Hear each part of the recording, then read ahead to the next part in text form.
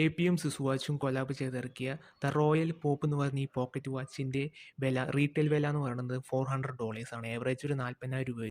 ഇതിൻ്റെ കേസിൻ്റെ raw material എന്ന് പറയുമ്പോൾ ബയോ സെറാമിക് ആണ് വരിക. ഏവറേജ് ഒരു 12 ഗ്രാം ബയോ സെറാമിക് മെറ്റീരിയൽ ഇതിൽ ഉപയോഗിച്ചിട്ടുണ്ട്.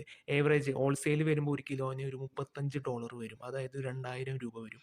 പക്ഷേ ഇതിലൊരു 12 ഗ്രാം എന്ന് ഞാൻ പറഞ്ഞല്ലോ ഉപയോഗിച്ചുള്ളൂ എന്ന് പറയുമ്പോൾ ഏവറേജ് ഒരു 40 സെൻറ്റ്സ്, അതായത് സെൻറ്റ് എന്ന് പറയുമ്പോൾ ഒരു 40 രൂപയാണ് ഇതിന് വരിക. ഇനി എന്ന് പറയുന്നത് 2 ക്രിസ്റ്റലാണ്, ഫ്രണ്ടിലും ബാക്കിലും 2 ആൻറ്റി റിഫ്ലക്ഷനോട് കൂടിയ 2 ക്രിസ്റ്റലാണ് ഉപയോഗിച്ചുള്ളത്. സഫയർ ക്രിസ്റ്റലാണ് ഉപയോഗിച്ചുള്ളത്. അതിന് ഒരെണ്ണത്തിന് ഏവറേജ് ഒരു $4 വരും. അങ്ങനെ വരുമ്പോൾ ഒരു 350 പ്ലസ് 350 വരുമ്പോൾ ഒരു 700 രൂപ വരും. പിന്നെയെന്ന് പറയുന്നത് ഞാൻ പറഞ്ഞത് ഒരു പോക്കറ്റ് വാച്ചാന്ന് പറഞ്ഞല്ലോ. അപ്പോൾ ഇതിനൊരു ലെതറിൻ്റെ ഒരു വള്ളി, ഒരു കഴുത്തിലൊക്കെ ഇടാൻ വേണ്ടി ഒരു വള്ളി വരും.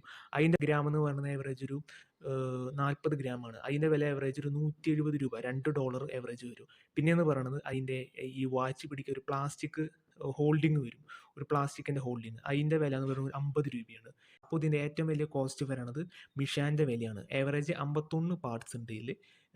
19 hours പവർ റിസർവ് ഉണ്ട്. ബാലൻസ് സ്പ്രിങ്ങോട് കൂടിയിട്ടാണ് ഇത് വരുന്നത്. പിന്നെ ഇത് ഫുള്ള് അസംബിൾ ചെയ്തിരിക്കുന്നത് സ്വിറ്റ്സർലാൻഡ് വെച്ചിട്ടാണ്. മിഷൻ വഴിയാണ് ഇത് ഇതിൻ്റെ മൂവ്മെൻറ്റ്സ് ഒക്കെ അസംബിൾ ചെയ്തത്, ലേബർ കോസ്റ്റ് കുറയ്ക്കാൻ വേണ്ടിയിട്ട്. അപ്പോൾ മിഷാൻ്റെ വില ഏവറേജ്, അതായത് മൂവ്മെൻറ്റിൻ്റെ വില ഏവറേജ് ഒരു $40 വരും, അതായത് ഒരു 4000 രൂപ. അപ്പോൾ ഒന്ന് ആലോചിച്ച് നോക്കുക, എല്ലാം കൂടി കൂട്ടി വരുമ്പോൾ ഏവറേജ് ഒരു 4900 സംതിങ് വരുന്നുണ്ട്, അതായത് ഒരു 5000 രൂപയുടെ റേഞ്ചിലാണ് ഇതിൻ്റെ മേക്കിംഗ് കോസ്റ്റ് വരുന്നത്.